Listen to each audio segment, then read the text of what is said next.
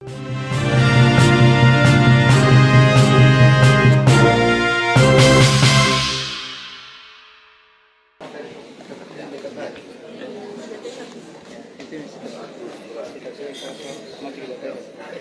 Merah Putih. Izin po.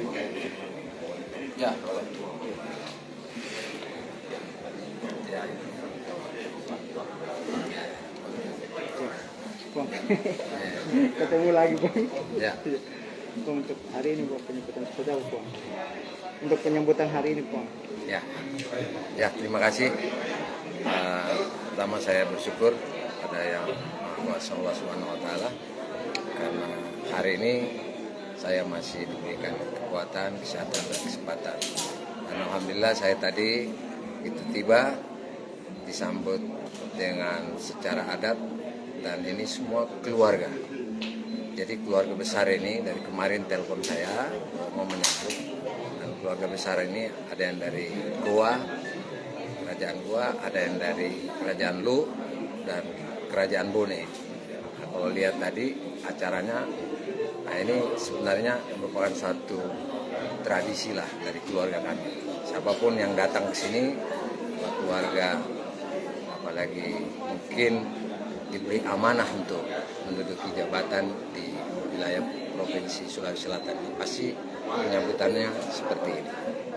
Ini juga membangkitkan semangat saya nanti untuk kerja nanti sebagai Panglima Komando Daerah Militer 14 Hasanuddin. Siap Bang. Bang, untuk hari ini agendanya apa saja Bang untuk hari ini Bang?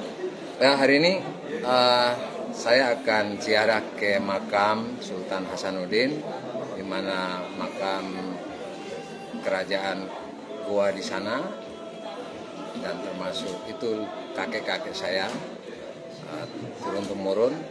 Dan kemudian saya juga akan lihat masjid tua di Goa yang tertua itu ada di Goa sana. Kemudian juga habis ini mungkin saya akan ke rumah saya, rumah saya, dalam rumah adat yang masih ditempati oleh keluarga saya, ibu saya ada di sana, silaturahim sekalian, ketemu ibu saya. Dan nanti malam ada acara masuk rumah kediaman Panglima. Demikian. Terima kasih ya. Pak, terkait program Pak. Oh, program jelas saya akan melanjutkan apa yang sudah dirintis oleh Panglima sebelumnya ya, Pak Safei.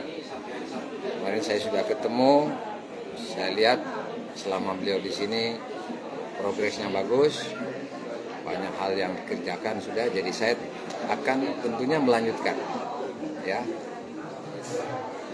Dan juga ada atensi dari Bapak Kasat kemarin pada saat kita selesai dilantik, intinya bahwa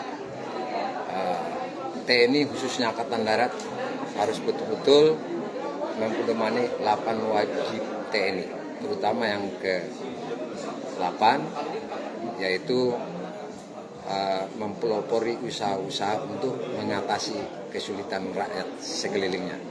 Jadi diharapkan bahwa setiap satuan TNI Angkatan Darat yang ada di wilayah Kodam itu harus dirasakan manfaatnya oleh masyarakat di sekelilingnya.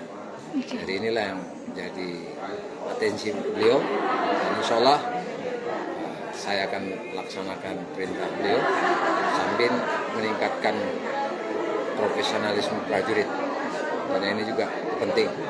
Saya kira itu. Terima kasih ya.